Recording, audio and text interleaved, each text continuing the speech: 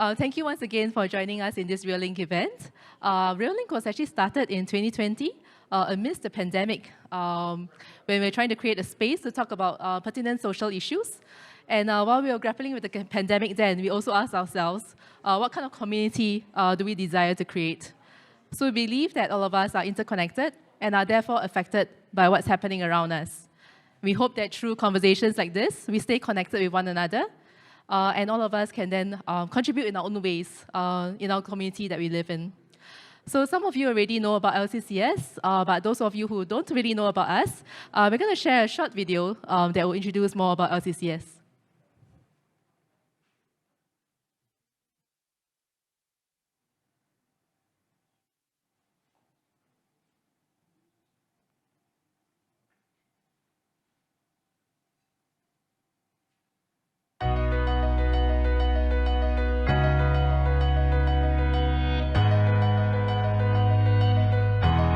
Lutheran Community Care Services was established in 2002.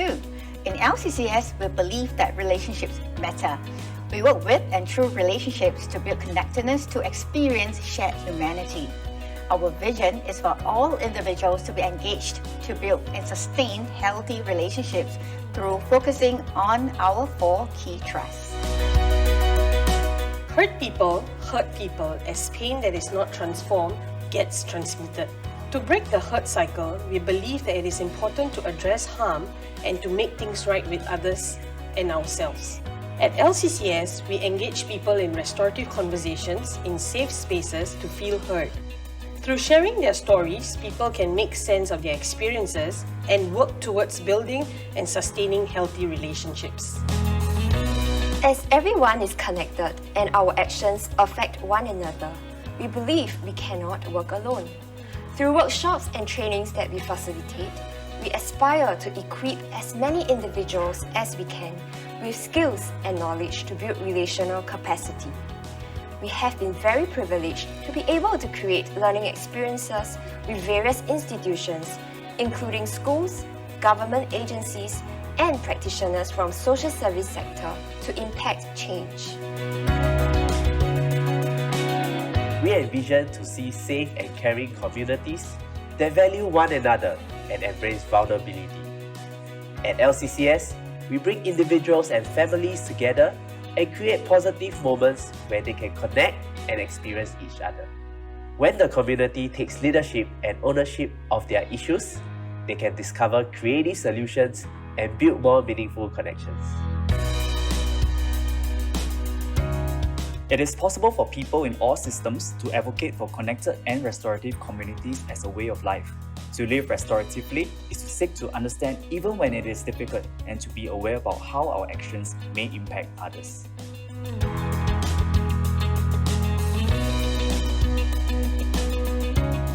Everyone has different life stories That sprung from their families. Be it sweet, be it bitter. To us, relationships matter. We invite you to journey with us to discover why relationships matter.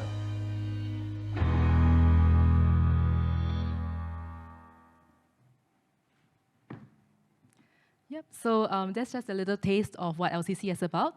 And thank you again for the audiences joining us today physically as well as online. And a very warm hello and welcome to you. So today's event is also made possible with support from Media Club Room, who actually made this wonderful space for us together as a community for today's topic.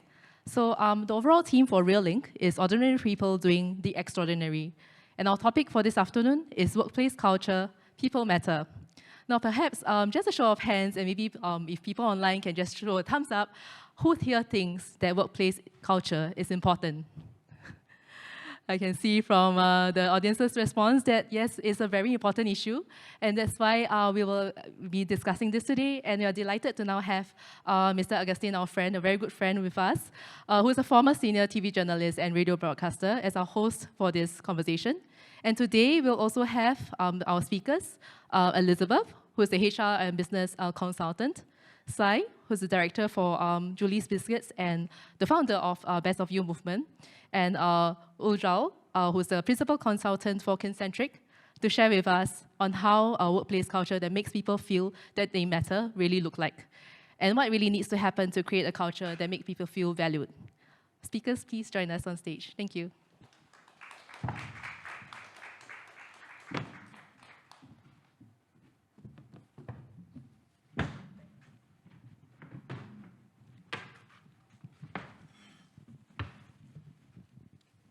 So thank you, everybody. And my first request, of course, is for those of you who are closer to my age.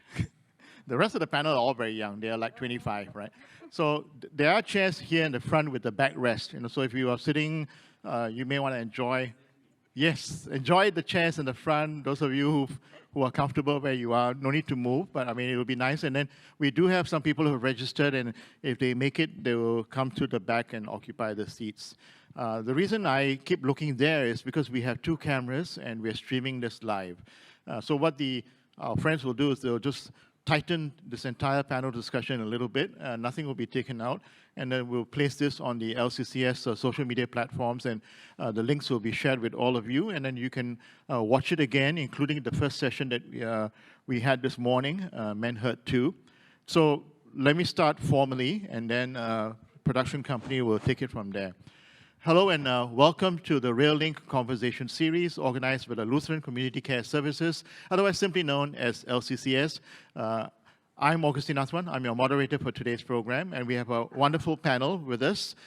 Can we flash the slide, please, of the panel with their respective names and their profiles? Yeah. And so joining me on the stage is Elizabeth and Sai and Ujjwal, and all 3 of them will be driving this discussion. And so the best part of this REALink Conversation Series, the topic is in front of you, workplace culture, people matter, but there are no questions. So this is really an free-for-all, open, and a candid session. We began our REALink Conversation Series with the first topic, Men Heard Too. And I'll leave it to all of you to decide how that is, because you can always go online to watch the first session. But today, I would like to start by saying workplace culture. When I was first presented this topic, the immediate question that came up in my mind, and I presented to all 3 panel speakers, is this a social issue? It sounds rather straightforward and descriptive. Why has LCCS taken workplace culture and placed it in a set of 4 topics that we need to discuss? And I came up with my humble interpretation. We're having this conversation today coming out of COVID. And COVID is not just a pandemic that caught all of us in Singapore for 2.5 years. COVID caught the entire planet. It's the one item I believe every man, woman, and child will remember for a long time. It has changed the way we look at many things in life. It has also changed the way we live, work, and play. And that's all I'm going to say on this topic. And I'm going to immediately throw open the floor and start with the lady right on my right, and then each one down the road. And they all know that Augustine is very strict when it comes to time. So each panelist has approximately 2 to 3 minutes each to do this initial downloading. As to, first of all, my question to all 3 panel members, why did you say yes to LCCS and make time to be on this stage to share your thoughts on workplace culture? Let's start with you, ma'am. Oh, for me, if we're going to spend so many hours at work, we might as well have a good culture. In other words, a culture where I think I would like to belong, a culture where I can trust the people I'm working with, a culture where I can fulfill my talents. So workplace culture, to me, is fundamental. And as Augustine said, having come out of COVID, sustainability becomes very real. At first, it was just a big word. Now, at least I Googled, it is really a goal that we all, human beings, get together to coexist, hopefully for a long, long time. Now, if that is the case, workplace is very, very, very key. Because, like, every one of us will have to work. So ever since in my career as HR, well, you will know my age by now, looking at me. I have been in this line for so long. And I have also taught in the university, the master's program, and I always said, let's start with ABC. If we are going to have workplace culture, culture comes from a set of values. And values simply means what is important. So as founders and management of a particular company, we must know what is important. Yeah, it must be in line with the products we are buying, we are selling or manufacturing. So simply put, like Mothercare, when I was there as a consultant, they sell children products. So their values are care, mother care, and nurturing. So from these values, they had a culture. So it was no surprise when I got a whole group of people to tell me why you stay in mother care and what makes you want to continue to stay in mother care. They say it's a very caring company and also very nurturing. They give us a lot of training programs. These are the workshop girls who are saying that. So it's not top management telling me that, well, you know, we're nurturing, we are caring. So it really is very important that people know what the company stands for and what kind of culture they will get. Well, when I was in Philips, it was obvious. They are a manufacturing company, but they believe in technology, and technology means training. Training and developing, growing your staff. So they have Philips Training Center in most parts of the world. So once training is really an important element and employees' growth is important, there was a lot of coaching, there was a lot of mutual teaching, there was a lot of camaraderie. So you can see once you pick the right value, the culture after years will develop. Yeah? So with my clients, I always say, what do you believe in? What is your company representing? Once you decide on the values, then you will know what to do. I was once in Shenzhen, in TCL. TCL is one of Philips subcontractors. And it is, in fact, very successful, one of the big companies in China. So since I was invited as a consultant, I walked through the lobby, I looked at it, well, very nice, decorated. You know, in China, many of the companies will have this long cloth where they put words. Okay, so when I had the first meeting, again, they wanted culture, how to assess the people and all that. So I said, what are your values? Then they looked at me and stared. I said, what are your values? Then they said, frankly, we don't know. I said, what do you put downstairs in your lobby? And they said, oh, you mean that? So even if companies speak values, they may not live it.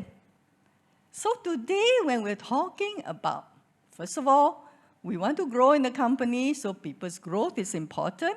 Are they doing coaching? Number one. Number two, we worry about the health of our people, mental health. Are we actively listening to people? Active listening is so important. How do you know the employee is not happy if you don't talk to him or her? So are our supervisors doing active listening? And thirdly, we said that we appreciate everyone, everybody's contribution. Are we practicing diversity and inclusion? The fact that we're men and women working together, that's clear. The fact that we have a few representatives on the board, women representing, it doesn't mean, yes, you may have diversity, but are you appreciating, valuing what these people bring? Because suddenly they find that there's a woman in the board, so they all look at her, not sure whether what she brings to the board is what they want. So if the woman feels that she's not included, after a while he or she will be just a token there. And that is not inclusion. So I'll come in gently at this point. Thank you, Elizabeth, for setting the scene. Some very important words that have come up, and I'm taking my own personal notes. Ujjwal, you have the floor, 3 minutes. Thank you, Augustine. So I would say I'm on a mission, if I put it that way. So when I started off my journey, it was more in terms of creating the social impact, looking at social issues. So I did my master's in social work. And moving on to internal organizations as an HR person, and impacting the organizations, looking at employee experience, and also looking at how inclusive you can make the culture. And for the last 7 years, so it's been 17 years I've been in the workforce. In the last 7 years, I've been focusing a lot on, as a people advisor to organizations, to look at inclusive cultures and employee experience. So 3 things that really matter to me, and I feel that's really important in the workplace culture, and that's why I wanted to probably come here and share my views is, first is, how do you make your culture inclusive?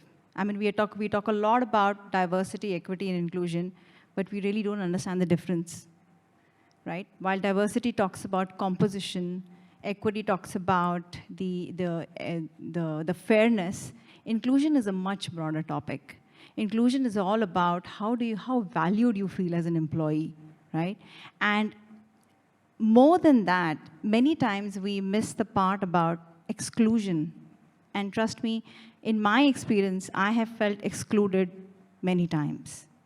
Whether it's in a team meeting, whether 10 people, 9 people speak one language while I don't understand the language. So hello, include me in the conversation. So there are very such small nuances which are missed in organizations. And while we talk about inclusion, exclusivity or being excluded is something that we need to look at. So that's first thing that I want to focus on. Second thing is employee experience. Now, why employee experience is so important nowadays? I mean, especially after COVID, as Augustine, you said. Employees, the needs of the employees have really evolved. While we are talking about customer needs, why aren't we looking at employee needs? Aren't they an important stakeholder, right?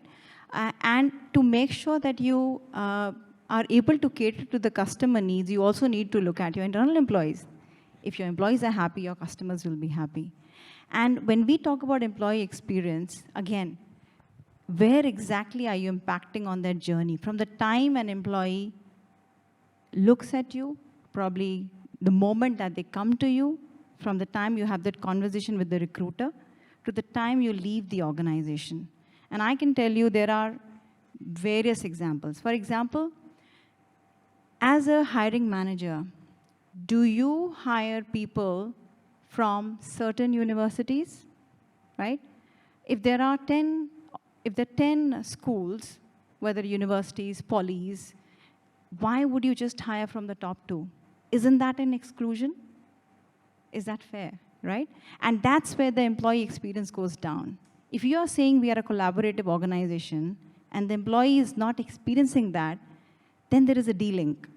Sorry, we're talking about D-link, but the REALink. But there is a D-link, right? So that's the second thing, employee experience. And third part, I mean, look at us, right? We are a panel, and there are various generations that are working in the workforce. The baby boomers, we have the Generation X, millennials, and Gen Z. I'm somewhere at the border of X and millennial, right? So I'm not completely millennial, but yeah, I think I fall in the Generation X much more. Although I look young. Yeah, that's another point, right? I look young, it goes against me. So I feel excluded because when I go in and I'm giving advisory to CHROs and CEOs, they look at me and wonder, really? Can she really give us an advice just because I look young? Right? So the third part is the different generations. Do we really understand the needs of Gen Z, right? And that's why we're talking so much about inclusion and the workplace culture, because it really matters to them. It really matters to me as well. Although I'm not a millennial, I'm Gen X, but it matters to me too. A Gen Z, I'll give you an example, and probably I'll stop after that. I'll give you an example. If my boss calls me for a meeting, a 30-minute meeting, and it goes up to 45, I will not complain, right? I'm Generation X. I'll say, yeah, sure, it must be important. But now imagine I'm a people manager and I have Gen Z reporting to me, which happens, okay? And the meeting exceeds. They will not like it. And they will complain and they will say, you are intruding in my space. Now, either I can get offended or I can say, well, that's Gen Z. So let's take care of them. I think, yeah. That's We'll pause there. And you can notice the panel is very mindful of the time, so we're trying very hard to keep on track. But I'm already starting to smile because everything that Elizabeth and Ujjwal have brought up, I'm going back and thinking back to the days of my work and what it's like. We never like to go for meetings. We actually said, boss, can you just email this stuff? You know, it's like we just sat here for literally, okay, I won't mention how long it went. But anyway, Sai, the floor is yours. Before I talk about myself, I think I have to jump in there as well, because I look young too, so at least I think I do. But the truth is that I think it works both ways as well, because there is a lot of thought about the older workers as well, and there is also a gaze towards the older workers. There are terms like "okay boomer" that disparages older workers as well. So and in my culture as well, I think in my workplace as well, because I look young, I empower my young people. I'm interested in hearing from the young, so they kind of have a leg up in my organization now. So a quick introduction, I'm from Julie's Biscuits. Julie's Biscuits is a heritage biscuit brand from Malaysia, and we recently went through a massive rebranding, and we are trying to look younger. She went from a more matronly logo head figure to someone who looks younger these days. We're also known to be a little bit cheeky nowadays with a lot of our tongue-in-cheek ads that talk about women empowerment exclusively. I'm here today because, for selfish reasons, I'm here to be a productive cynic in this panel, and it's always good to be the last person because then I have time to prepare what I want to say, right? And at the same time, the next round you'll be first. I'm also here because I'm looking at a lot of transformation in my own workplace, so it's kind of a selfish reasons why I want. The more I feel that I engage in such events, the more I have to commit to making the transformation very worthwhile for my company as well. I think a lot of the previous speakers have spoken about generational issues. A lot of the things that are transforming in the workplace culture is a result of many generational transformations that are taking place, and at the same time with technological transformations that are taking place. So I would like to participate in this conversation to see what I can also glean from the speakers as well. Yeah. So yeah, that's it. Thank you. And wow, you did that in 2 minutes, Sai. We'll borrow some of that time. My homework. And, we'll borrow some of that time, and I'm going to use that to quickly bring up some key takeaways.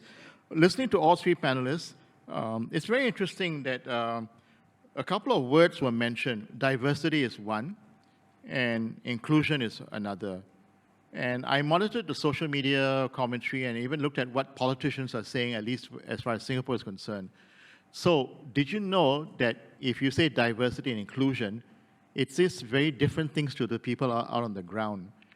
So if someone rolled in on a wheelchair, came for a job interview, and you were sitting on the panel together with Chief of HR, and this person, obviously, you don't have to ask, and says, well, I'm paralyzed from the waist down, but I want to apply for cybersecurity job. What would the response be? The obvious answer, well, we've got a 2-hour test, my friend. Ace that, and the job is yours. If someone came into the interview and openly said, before anything else, I need to just tell you, I'm gay. Is that going to be an issue? What would the HR response be? What the HR response should be is, it doesn't matter to me what your sexual orientation is. Can you do the job? So diversity and inclusion, it's about persons with disabilities, visible and invisible. It's also about LGBTQ and a whole range of other aspects. The world has changed. So when we met prior to this conversation, we talked about a range of issues. Unfortunately, the one thing we don't have is time. So I shared with the panel, stick to your guns, stick to your key messages. And you notice some of them actually also brought little things that they want to highlight, and I leave it to them when they want to flag their favorite projects and stuff that they brought with them. But I want to bring up one. I can never remember what gen I am. I always have to open up this graphic. Seriously, I saved this graphic on my phone. It's like, hang on. So Gen X, Z, it's like, what age year is what this is? I can never remember. And it never mattered to me. But somehow or other, it seems to be an important thing, right? These alphabets and what generation you're from. So that's one thing I want to put out. I love Elizabeth's example about visiting a company and then asking them what their values are. Do you know one of the first things I look at when I open up a website is to look at the company's page and the thing called About Us. And under About Us, usually we'll see the vision and the mission of an organization. A true workplace culture, the security guard and the reception person, all the way to young management and to top management, should all know those words. That's a truly integrated workplace culture. But you and I know the reality is very different, right? If they can all sing different verses of the same song, I would say we have an interesting workplace culture here.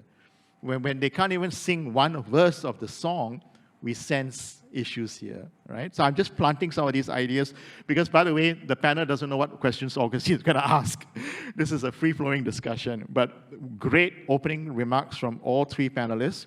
And I just want to mention one last thing. I'm going to go reverse order. Sai, you're going to be first to kick off on this, right? In the old days, we want to get up in the morning. We are full of energy and zest, and we go to work because we literally spend 8 to 9 hours with our colleagues at work. You know the joke? Our colleagues at work know more about us than our family members and our spouse and our partners and our loved ones. They even know your favorite color, your favorite food, and your favorite football team, or whatever it is. That's how close office was. But is that the thing right now? Or is it, after coming out of COVID, struggling to get up to go to work, and that vibe starts to rub off on others? I'm not sure where it is right now, but Sai, I would say you actually work with an international company. You have work here, you have work in Malaysia, and your work requires you to move around and engage people. What is workplace culture for you where you're coming from? Workplace culture is really, it comes down to a lot of it is corporate culture and the corporate culture and how we behave as a company. I think it's very hard to talk about workplace culture without how the company runs itself in so many ways, even financially as well. So, for example, I find it very hypocritical, and I'll turn this into a positive. Just give me a minute. Yeah, I find it quite hypocritical when there are a lot of companies who do buzzwords like D&I, inclusivity, but when it comes down to where they place business decisions, it's for the shareholders, and as a result, people lose their jobs. They are the first, employees are the first to lose their jobs. And I think that is extremely problematic. And then I feel that when you talk about positive workplace culture, there is not that much meaning anymore. So for me, it really stands, like for Julie's at least, right? It really comes down to how we do business. For us, an important principle for Julie's is that we never grow at a pace that we cannot grow. And we cannot take on promises that we cannot fulfill. So, and this worked very well for us during COVID as well, because I'm proud to say that nobody was laid off during COVID at Nobody Julie. was retrenched. Nobody was retrenched. And we committed to that, and it was tough, but this was years of financial conservatism, and we are financially conservative because we are, I don't know, I think it's a very Asian thing as well. We are very concerned about that rainy day or that rainy season that would hit us very hard. And my parents who built this business, right, ingrained that deeply into the employees as well. So that for me, I think when we talk about workplace culture, I come from a much deeper level. I tend to flinch and get very uncomfortable when there are buzzwords all around and I'm supposed to go with the buzzwords because I know that at the very core of it, like even D&I, right?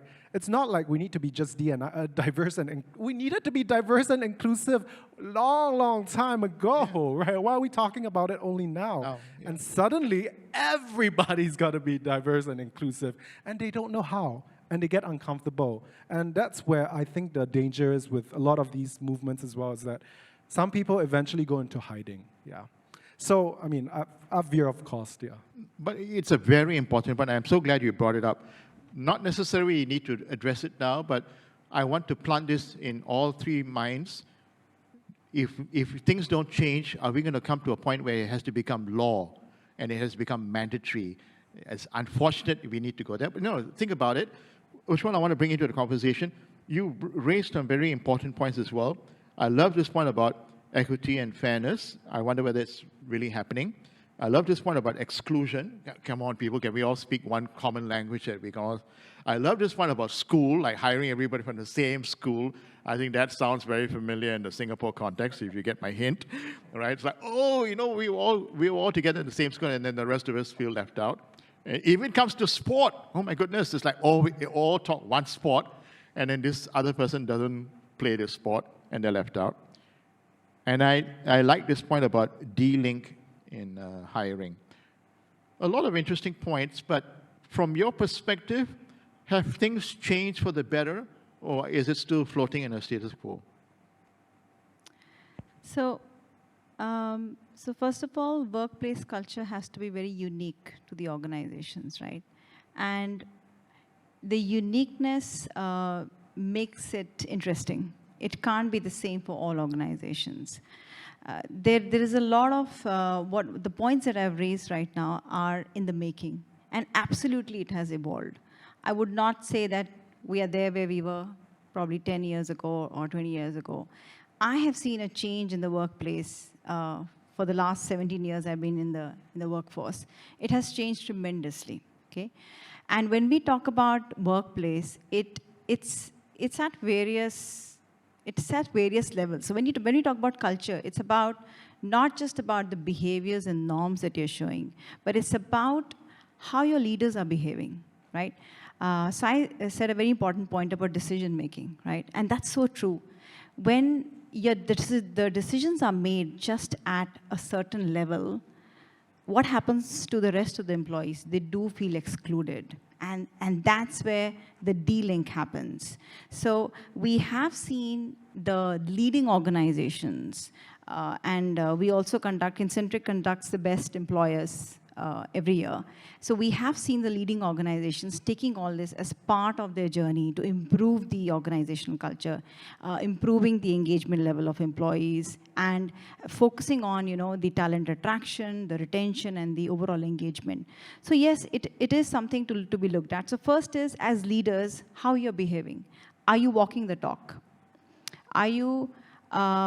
you might think that our workplace is probably collaborative or it's inclusive, but does that really, do the employees really feel it that way? Are the decisions still made at that level, or are you involving them in the decision making?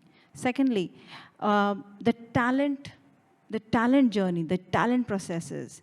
How are you linking your business strategy to what your leaders are saying, to how you're bringing it down to your talent processes, right? And from the time you hire to the time you retire, how do you align that entire journey? So we are seeing many of the leading organizations taking that step forward and making conscious effort to link that, right? So, for example, you would say, we are a collaborative culture, right? And the leaders, that's what they say. But your performance appraisal is still on individual performance. Does it link? It doesn't link, right? So and we have seen some of the leading organizations making efforts, making it more team-based. And when you say we want to increase innovation in an organization, how do you make an organization innovative if you're still looking at performance-based? What about the bright ideas that comes out of people? You might say that spend 20% of your time thinking of great ideas, but you will penalize the employee if the performance is not being hit. So that's where the D-Link happens. And third is infrastructure. Sai just talked about digital transformation. The transformation is happening, right? Technology is such an important enabler. So we have seen post-COVID and how organizations are taking are looking into digital transformation and making sure that they're providing that user experience, the employee experience, and enabling them to make better decisions. I'll come in at this point gently. So we are working on a sort of a 3-minute timing for each intervention, but this will be the final round where I'm posing a question, and after that, panel, feel free to jump in. I know, Sai, you wanted to come in on an earlier point, but I wanted to just pull one important point. Innovation is one of the most overused words. Everybody says they're innovative. If you don't put it inside your corporate literature, it's like you feel you're not up there. But which company I like this one about 20% of the time, and there's some companies who actually do that allow staff to take 20% of the time and do whatever you want on the company's payroll. And it's interesting, there were actual success stories where people in the production stage, how manufacturing was affected badly during COVID, they actually had some very interesting ideas on how they could improve production because they do it day in and day out. But you don't need a top-notch engineer to come up with some new flow chart to tell you, because they knew how they could make things better. But they were never entertained or involved in the process. I just wanted to plant that out. And one last point. I love movies, and I always remember this great film. I won't mention the title, I'll let you go and do your homework. From Africa, political refugees brought into America. They were brought into this American factory to do fix pipes and all that for your bathroom fixtures. And this African man managed to fix everything in record time. And then his American colleague said, "You're too fast, you need to slow down." That's inclusion. It's because they have a different work ethic that they bring into this. I'm just planting some of these points into your mind, and we'll see where the audience is going to take the conversation to. Really, this conversation is in your hands. What you believe to be important to discuss, bring it up to the panel. But for Elizabeth, I have a slightly different question. With all the years of experience that you have shared with us earlier and your teaching that you bring into the universities, if I could put you on the spot and say, what are the 3 things you would teach young people right now that you believe is paramount for workplace culture for today and the future? I would say you have to learn, continuous learning. In other words, you've heard that a big percentage of the knowledge you have or competencies you have would not be relevant in next 4 or 5 years. Can I just say the word right now is a lot of things that we learned from university is not relevant the minute we stepped out. Right. And so a lot of people actually said no one prepared us for this thing called COVID. And they got, no disrespect, but a lot of people got caught with literally their pants down or their skirts down. Exactly. So if you don't have that adaptability type of mindset and you want to learn everything there is to learn and continuously learn, even at my age, I try to learn. In fact, I've written 3 books. I think nobody wants to read my books anymore. But by writing a book, I get so much out of it that I don't think the person who's reading will learn as much, because I have to check every word I write. And it's so amazing. I thought when I retire, I will be useless. Then I say, well, why don't I just record my book, what I've done, and put it into a book? So John Wiley was so nice to publish it. John Wiley being an international publisher, I got so many questions after that. And I realized I couldn't answer a lot of the questions. So there was still a lot of learning. So I go to organizations as a consultant. Actually, I wonder who benefits more, whether I benefit or they benefited. Because with every SME company that I go to, the more successful ones, they actually, like what Sai said, their parents started it with nothing, like mother care. And to some extent, Jason, Jason Marine that I'm in now, they started 40 over years ago, and they're fairly successful. Most of these are family-owned companies. And really, they learn. The owners are still very, very active. Whether they are 75 or 80, they are super active. Looking at them, I say, I have a life, I have a life. I think I can emulate. So, transferable competencies, adaptability, the willingness to learn, I say is most important. Whether they're talking about digitalization, can we learn? AI, ChatGPT, all these. I have to learn. If not, my clients will wonder whether I'm really out of date. Yeah, so this is, to me, the most important. I agree with you absolutely, and I wrote down those 3 things that you shared, and I'm going to jam the brakes here, but before I go into a totally different direction, Sai, you wanted to come in on an earlier point. You want to finish that thought that you wanted? No, actually, can I jump in on a different point now? Sure, go ahead. I was thinking about what Elizabeth said about learning as well, because I think a lot of what we are trying to do in terms of creating a safe, psychologically safe workplace culture, or a high trust, high performance workplace culture as well. Of course, we have to talk about the performance, is to actually to remove the anxieties about learning, because what at least I've noticed in my workplace and the adjacent workplaces in my area is that there is a lot of anxieties about learning what digital and technological transformation is going to happen, how they're going to be obsolete. But at the same time, we want people to adapt and adopt. But it comes with a lot of anxiety. It comes with a lot of, I think, taking away psychological bandwidth. So I feel that, a big part of at least the job of a CEO or a job of a director would be to remove some of those anxieties and to emulate some of those conditions for, as what Elizabeth say, continuous learning. And then, you want learning to be fun and exciting and, also comfortable. You don't want to be, I want to learn because I don't want to be obsolete. That is the worst formula for learning, right? That fear should never be that's driving it. Right. So I agree with we all of us agreed that from here onwards we've crossed the midway point panel to see how fast time flies. So forgive me if I'm strict with the timing, but from here on is open field. Anybody can jump in and take it in any direction you want. But I'm so glad, Sai, you brought up this thing, because my next angle that I want to cover is the psychological aspect and anxiety and fear, which is why LCCS brought workplace culture into one of the 4 topics, in case you're wondering.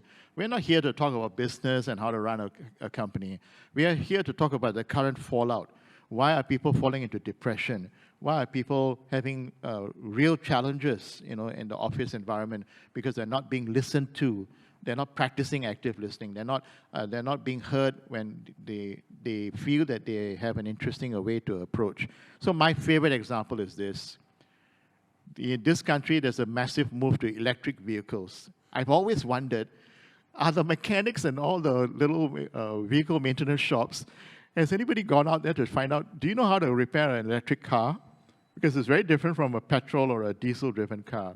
What's going to happen to all these guys who are literally going to lose their jobs, because the next batch of vehicles in this country, at least, will be electric, which is a totally different ballgame. How are we preparing the workforce? So talk about anxiety and stuff. That's just my pet subject. But why did workplace become an issue that LCCS has put this as number 2 topic for REALink? What's your take? And then we'll jump in anytime. Yes.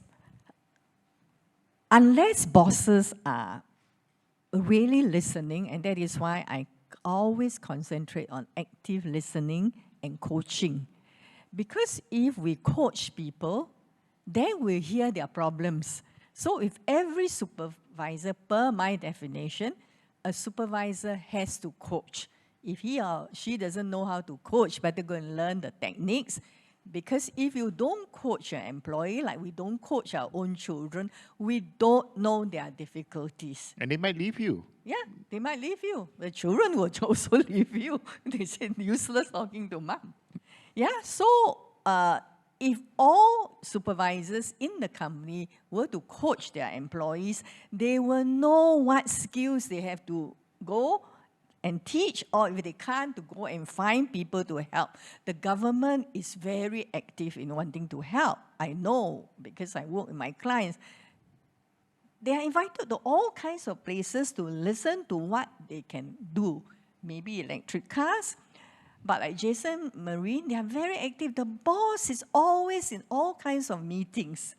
NTUC, Learning Hub is helping, so many other people are helping. But it's important because you get a pulse, right? Yeah, you get a sense pulse, of what's happening on the ground. So it's so important to coach and to talk to our employees. Okay. Then we say the other thing about D&I, diversity and inclusion. The bosses think that if we embrace D&I, like you say, it will happen. Now, how is it going to happen? So I was a D&I of champion for Champion Phillips AP. They say, Elizabeth, you are the best person to go and champion D&I. I thought and thought, what am I going to do? Korea, Japan, they have a strong view. China, Singapore, Australia. So what am I going to do? Yeah? So I came out with this. And we all agreed, and within the company, we say, sameness is weakness. Difference is strength. So everywhere we go in the organization, we ask, how do you form your teams? Do you look for people with differences, or you look for people with sameness? Very interesting. Sameness is weakness, Yeah. difference is strength. So we did that. And then we started to say, so you have certain jobs. How many % of females can you accept? They say, no, ours all technical. Huh? The females are only in HR, in sales. Yeah? So we say, what about 20%? We start negotiating. So we put in percentages per country, per product division. So by doing this, we slowly make it happen. Beginning is very difficult. Everybody will say, no, how can a female sit in the boardroom? We weren't there, discuss things. Okay, so I'll come in gently here. Which one you want to pick it up? Yes, I wanted to share my views on this. And you asked a very interesting question. So why are we talking about this now, right? Why is it important? I think there's I don't want to bring in concepts, but you've heard of the VUCA world, right? We talk about it's volatile and all of that. Actually, now it's the Barney world, which kind of shows that the world is very brittle that we kind of live in. COVID has proved that. The war has proved that. And all of that, right? Whatever is happening in terms of the globally. So when it's such a complex environment and we don't know what's going to happen next, imagine the impact it creates on the people. We literally live on the virtual world. I mean, I have 2 kids. I have a teenage son who probably owns Porsches in the virtual world, right? And they talk from that perspective. I must talk to your son. And he wonders why we don't have, and I'm like, okay, you can buy me one, real one. but the generations, the younger generation, their main purpose in life is, environment, social. They don't even know that the world that the rest of the life they will live in, whether that world really exists in the same way that it is existing now. So the issues are becoming very different. The social issues are becoming very different. The environmental issues taking a lot more, and I totally agree. Environment is something which we should have thought of probably 100 years ago. We are talking now, which is pretty late, and I'm sure Greta will agree with that. But the kids nowadays, the younger generation, they have different issues, different problems, and that kind of seeps into the workplace. And that's why the talk about workplace culture, even from a social aspect, is a very important factor. So it's not just about organization. I mean, we talk about people, planet, profit. Profit comes last. So first is people, planet. But there are environmentalists who will say, actually, planet comes first. If there's no planet, there's no talk about people or profit. So these aspects kind of make us, look at workplace culture. I mean, it's a very broader topic, but yeah. It's fine. I'll again gently ease in because really time is just slipping away. A quick, Sai, I'm going to bring you in. And remember the earlier point, you smiled, but I'm going to put you on the spot. I would love to hear your thoughts on affirmative action and mandatory laws to make things happen. I mean, we're going to wait for companies and enlightened leadership. It might happen. I would love to hear your thoughts. But a quick check with the LCCS team. Do we have any questions from the online community? Okay, so Sai, additional burden for you. Let's take the question now. Go ahead, just read it out for us. Okay. So this is actually a question to the panel. What sustains positive workplace culture? What sustains positive workplace culture? Okay, I'm going to throw that on Sai. To me, I mean, I'm going to piggyback on the last question because I came to work with LCCS partly because they had a very relational approach to things. And to be relational, you need to be humble, you need to be open as well. And those are actually, and I'm not saying this just from Julie's perspective, but those are two values that we hold in my company very importantly. Could you repeat that again? Humility. They take a very relational approach. Yes. And to be relational, you need to be open and you need to be humble as well. Humble means also putting down, taking the perspective of the other person first, so therefore you can be relational. And open means, you know, just leaving your assumptions aside.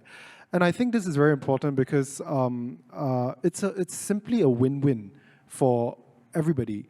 Because if you have all these guards up or if you have all these walls and boundaries up, right, that only infects your workplace with negativity or the possibility of not getting things done, not being heard, not being seen, and not being appreciated.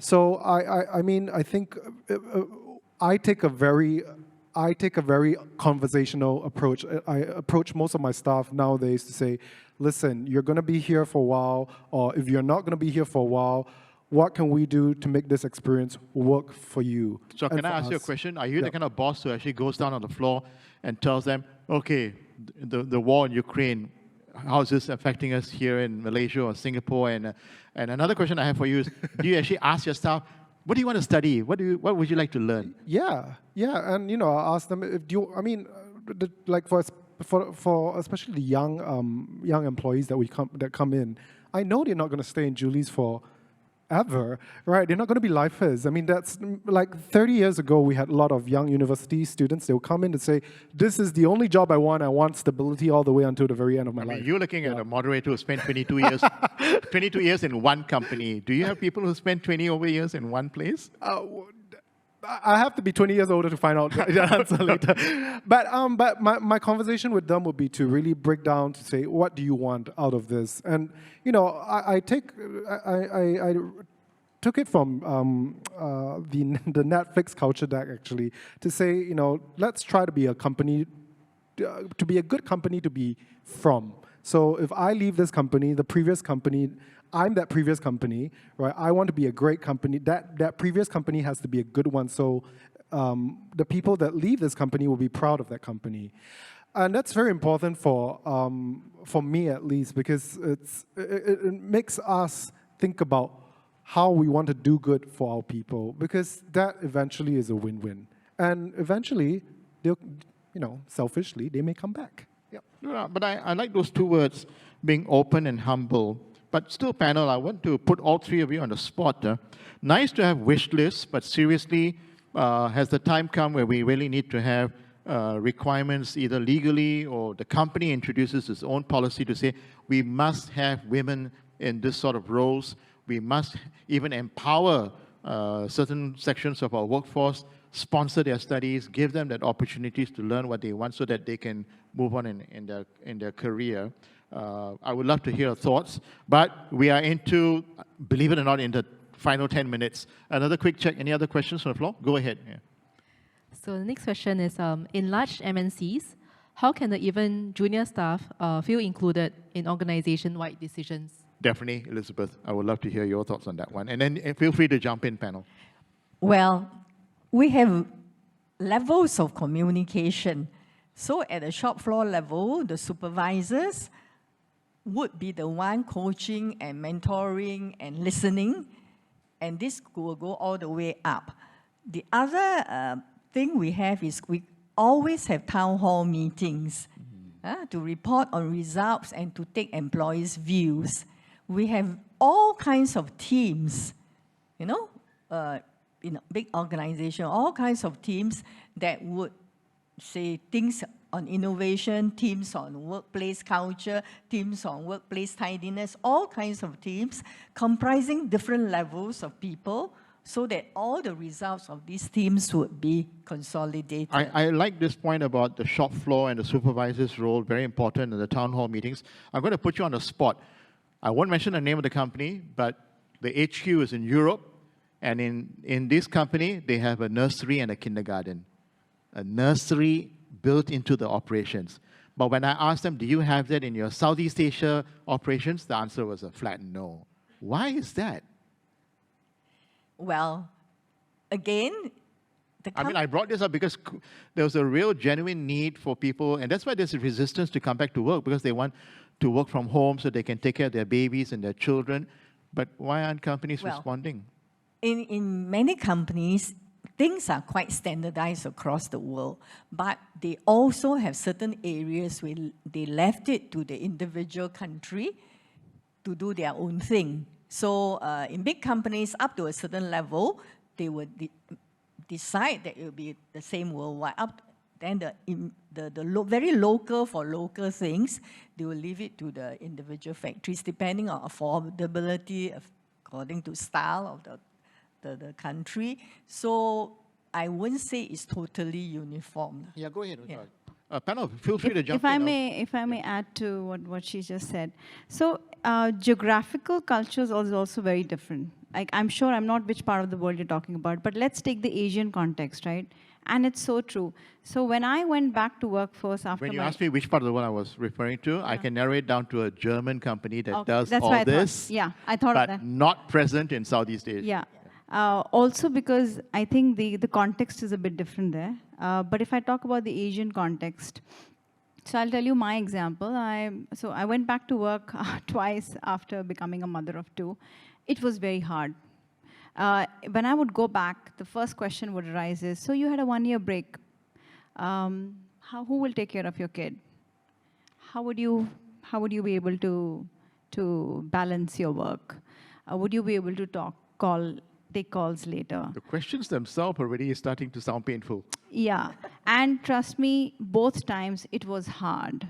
But if I put a positive spin to it, somebody did take a chance, right? Somebody did give me a chance. So there are people out there or managers out there who see that you as, so coming back to workforce as a mother is one of the, I would say, a diversity composition, which is not looked at really well. And that's why many women in Asia don't want to have kids, because they feel there'll be a break in their career.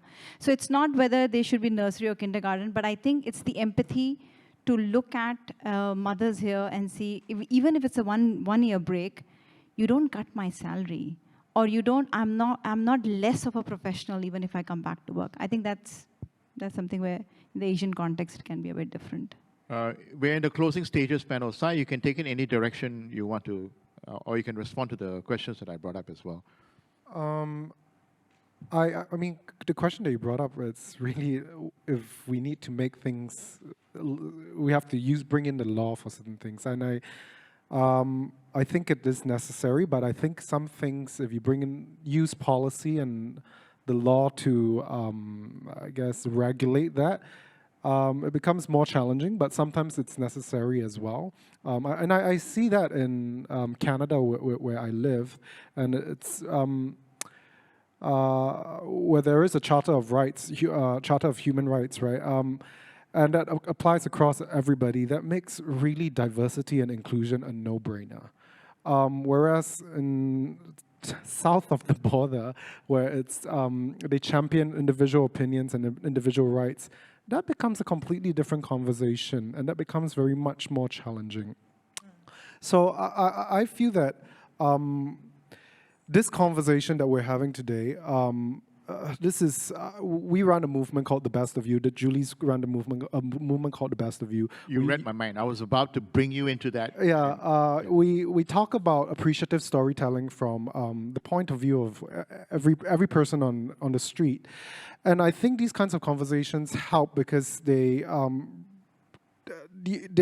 bringing up needs that perhaps have been left behind or not heard or marginalized before it gets to the point of legalization or a very reluctant sort of legalization. Are these also from your staff, from your own workers as well? Yes, some of these stories are from our staff. Most of these stories are from online submissions, and it's interesting because a lot of these stories are talking about are stories about vulnerability, and that's another buzzword that we hear a lot in HR discussions and organizations right now. But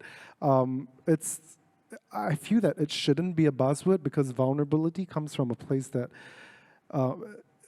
people didn't want to talk about it, and they didn't really know how to bring it up, and to expose it to be a buzzword, right? That really kind of defies it. Yeah. Pick one story that speaks to you. And by the way, this book is available for all of you who are physically present here, and then the remaining copies, the LCCS team will find a way to share. Am I right, Sai? Yes, all of them. the copies are all. They're all there for you. The story I'll pick is the story of Muhyiddin.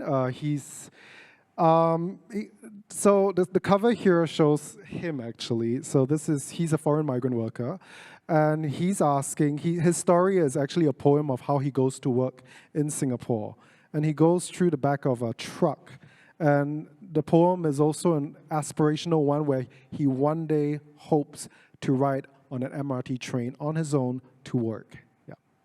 So it speaks about workplace culture, and I mean, sadly, I think this one is tinged with a particular context, which is how that particular national context tiers its workplace for different nationalities. But I'll stop there, and I'm going to pass the buck to you to put that into a more positive light. Yes. No, but yeah, because I shared my toolkit with the panel, we do want to end this conversation on a solutions sort of direction and on an upbeat note. But one last check here. Anybody in the audience here has a burning question, we can quickly give you a voice. But I love this point, is giving the people a voice. And I just have one question for you. Why did your company do this project? Because we wanted to. I mean, it's really that simple. We felt that this is something that we wanted to do, and it grew on us, and we just said, let's just do it. And it's not for, and then, I always get questions about, is this for your ROI, is this for your branding? No, it's not. It's just something we really wanted to do, and we've been doing it for 10 years. Yeah. 10 years you've been doing this? 10 years. This and is our 10th year. And you're not going to stop this No, project? we're not going to stop. Okay. Yeah. I'm going to jump to Elizabeth. You also brought a book, and she's got an incentive if you can answer her question. So she's going to become a professor in school right now. She's going to hit you with a question. Okay. And if you answer it right, you get a prize. No, I'm joking. I'm a little puzzled whether is it real that in all organizations people are talking about work-life flexibility, workplace flexibility, if you like, whichever. Are they? We're asking all of you present here. Yeah. Anybody? Is it true? And if it's true, what are they talking about? 3 days work, 2 days home, 4 days work, 1 day home. Like my daughter work for Amazon, go in when it's necessary. No, but let's see a show of hands. Anybody wants to respond to a question? Yeah. Are you actually talking about workplace Flexibility. flexibility? So this is interesting. Okay, I see one hand about to go up, so one hand, right? Hard to check with our online community, but I'm sure you could have clicked the hand thing to put it up. But I believe that's a very powerful question. You know, sometimes we do bring questions up, and you notice panel tries their best to give an answer to the questions. But I want to leave that with you as a question that you may want to continue over our break as well. I want to make a comment because in the papers, we hear all the MNCs doing very well, 3 and 2, some 4 and 1, all very clear and somehow making it work. This is putting a lot of pressure on SMEs. Because SME probably is not so well organized, not so rich, and how are they going to do it? So this is putting a lot of pressure. What's your personal take? Oh, okay. I feel there should be a proper discussion. That the management has got to really, the leadership, to think about it. What are the jobs that can be flexible? What are the jobs that cannot be flexible? Agreed. So looks like all of you, the first thing you need to do the minute you go back on Monday, town hall. Town hall. Send a memo to boss and say, we need urgent request, town hall session. And I'm not joking when I said that. Yes, because it's driving a lot of confusion and people are having high expectation. Wow, 3 days only, 2 days at home. Is it going to be workable? And if not, there will be a big disappointment and some people may just resign to look for that kind of job, you know? And I'm so glad you brought it up, Elizabeth. MNCs versus the SMEs. And we have a huge number of SMEs operating in this country, in Singapore. It is a challenge. Panel, home stretch. I checked, no more questions online. Audience here is listening very, very carefully. Oh, we have a question here. Great. Can we quickly get a microphone to the lady there? And then we'll take that question, and panel, get ready for your closing thoughts. We're in the home stretch. Go ahead, ma'am. Okay, hi, my name is Annie, and I'm actually on the LCCS advisory board. So earlier on, we were talking about DEI and all that, right? So recently, just a bit of backstory. So recently, in one of my training, I had 3 transgender lady. All right, so in my conversation with them, I realized that one particular lady, she had to leave her educator job because the education institution felt that she was not a right representative. She openly declared that she's transgender? Because she was transiting, so it was pretty obvious. All right, but the students were perfectly fine. But it was the education institution that was like it was very tough for her to carry on. So she has to leave. All right, so my question is that if you're talking about true DEI, do we really think that in Asian context, or rather more Singapore context, do you think our government sector, our educational sector, can they really accept such employee? I'm going to throw that question to Ujjwal and Sai. Can I go ahead first? Yeah, go ahead. I think this comes to your point where this is an example of where the law, right, something in policy, and this is something the government needs to take a lead on. Has to be a serious discussion in Parliament. Yeah, it has to be. And if they commit to this, then it's easy. Because I see the case in Canada, it's no-brainer. That would never happen in Canada. Yeah. And as Elizabeth said, works in the HQ in foreign countries, left to the national operations. Which one? This is one. Yeah. I agree. Like in the US and other countries, Black Lives Matter. There are a lot of other areas. But in the Asian context, so far, we have seen either intergenerational, women, gender, and foreign worker inclusion. That's about it. So yes, I totally agree. We are not there yet. And there has to be a law around it. So far in the Asian context, it's just very, not going to that kind of diversity composition. What puts you in a company position, in your personal capacity, what do you think needs to happen in that particular case? There has to be a law around it, absolutely. In looking at what kind of diverse workforce are we talking about? I mean, transgender is another.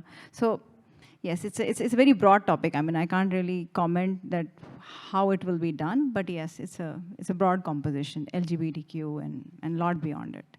Sai? I think this is where companies, before the law happens, right, there are companies that would rally around someone like a case like this, and there are more and more companies that are rallying around a case like this and forming an idea, right, for how the parliament can move to it. I mean, this is very much in line with Section 3778 and the repeal, and what Pink Fast and Pink Dot is doing.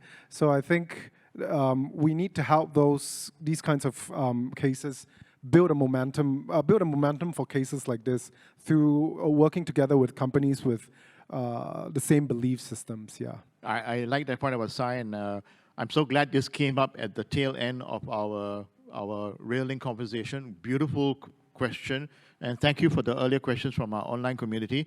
I just signaled to Elizabeth we're going to go into the closing stretch.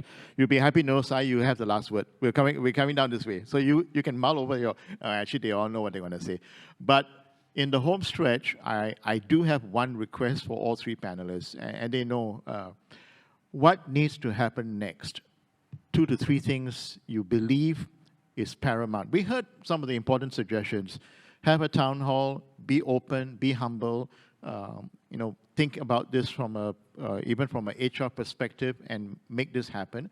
But for you personally, what are you passionate about that you believe needs to happen in order for workplace culture possibly not to appear in REALink 2024?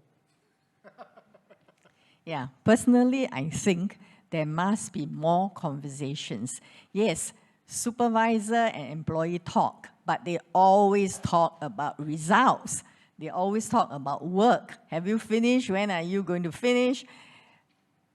There isn't a deep enough conversation for each other to benefit from their relationship.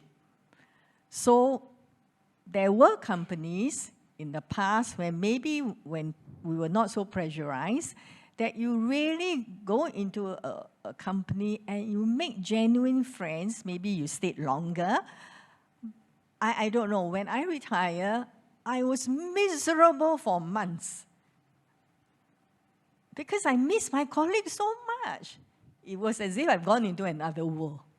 So when I started getting worried about going into depression, then I started doing something. But honestly, from that experience, I noticed that work-life balance, yes, there is a must, but having good relationship with your colleagues in the company is really, really a privilege of working. Beautiful. And I'm going to share with you really one real example from my life. Towards the end of my previous job, I had to become a supervisor. And I had this young lady who came for my job and the interview. And I'm very upfront. I said, what is very important to you? And this young lady said, Augustine, I'll do anything you throw me into.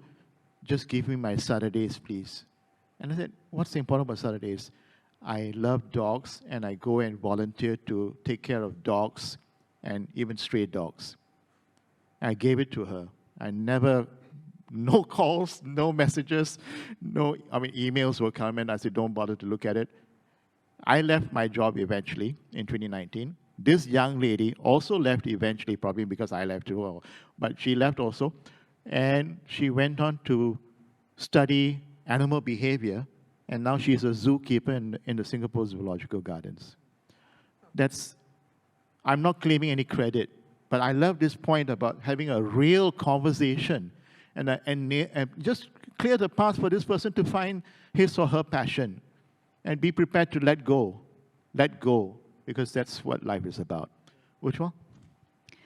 I think it's very important to have empathy, and many times we miss that important skill. When we empathize with our employees, when we empathize with different stakeholders, we are able to understand their pains and challenges much better. And we miss this important part about empathy. We sympathize, but we don't empathize. So in my opinion, when we are looking at employee journeys, empathizing, like really empathizing, as Augustine said, that he understood what the employee needed. They all have their own personal journeys they are on. And how can we cater to those personalized journeys?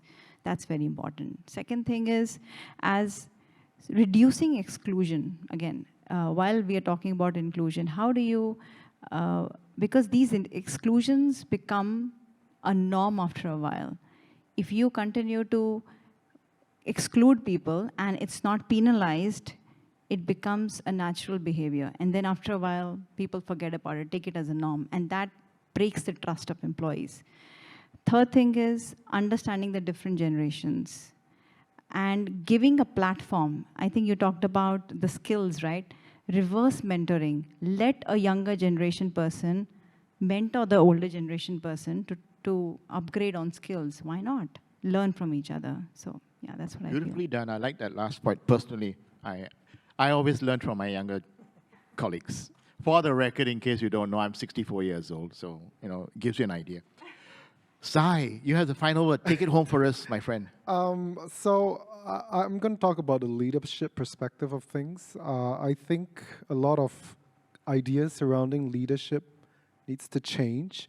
I think there's, and I think a lot of the ideas surrounding leaderships are still very fuzzy.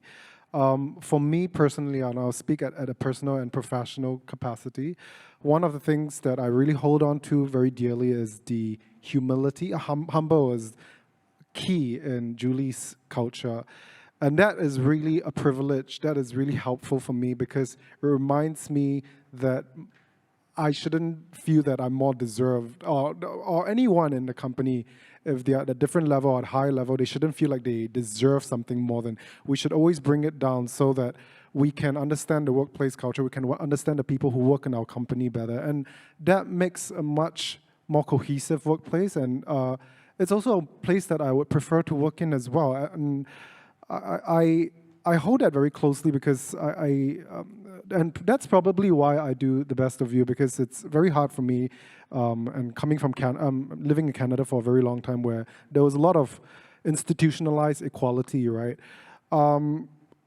It's very hard for me to have such a big difference in level between the people that I work with and myself. So, for example, when I hear things like a CEO making 755 times more than the lowest paid employee, something is off there, and we can't really talk about workplace culture. We can't really talk about diversity and inclusion if that is the kind of corporation that we work in. Yeah. So I guess that's how I want to end off the conversation. When it comes to workplace culture, we really have to rethink what we mean by leadership. And again, a lot of things are changing. Yeah. Beautifully said. Beautifully said. And so my final message is actually homework for all of you and for all our friends who have been patiently watching this conversation online. If you've heard something in this session from our panel, and do the homework. Find out what exactly are the laws in other parts of the world. It's not that the rest of the world is better. I mean, they all have their challenges, but find out what's working in some of the countries that have been mentioned, or sometimes even in our neighboring countries in the region, and press for change. Push that button for a town hall. Have that real conversation with the supervisor. Have that upfront conversation with the leadership in your organizations, and we pray change will come. Because I personally believe, as your moderator, you are the catalyst for change. I'd like to close, because we didn't mention this from the onset. The QR code is on the screen, and the QR code is really, at the end of the day, we'd like to seek your help to support the work of the Lutheran Community Care Services, otherwise simply known as LCCS. Give what you can and contribute to the good work that is now ongoing as we speak at LCCS. Because there is definitely a lot that is coming out of the workplace culture. That is why LCCS is doing the work that they're doing right now. All four of us, myself included, we said yes to the REALink conversation series, but really we said yes because we believe in the work that LCCS is doing. That's why we are here. On that note, thank you so much. Stay with us on the LCCS series, and a round of applause for our panel. And we'll hand over the floor now to our charming MC. Just a minute. I have 3 books I've written for how to become a successful SME. One book definitely goes to the lady there because she put up her hand, and so she. So hang on, we'll do this afterwards, Elizabeth. Okay, we're going to hand over the floor to our MC. And one last thing, it started in the first session. Once we are done, we're going to invite all of you to the front to take a group photo. Right? We'll all come and stand on this side, facing the photographer. But over to you, ma'am. So thank you, Augustine, Elizabeth, Ujjwal, and Sai as well for the very insightful panel discussion. I think there were a lot of questions and really good discussion points that was discussed today. And I think especially, especially when there's supposed to be like deeper conversations that will help to build stronger relationships with one another. And I think to end off, I guess the point that really stuck with me throughout was actually the continuous learning, point of continuous learning, because learning never really stops. And in case you didn't know, LCCS also has training work as well. So if you'd like to find out a little bit more about our training that we provide, do go on to the website to look out for the services we provide under training. There are a couple of courses over there that supports not just the people in the practice industry, but also to the public as well. So we do hope that you can join us then. So once again, thank you again for making time to attend our event. Goodbye to all of you who has joined us online. online. And like Augustine mentioned, those who are here, please enjoy the refreshments. But before that, we'd like to gather around for the group photo then. So thank you very much.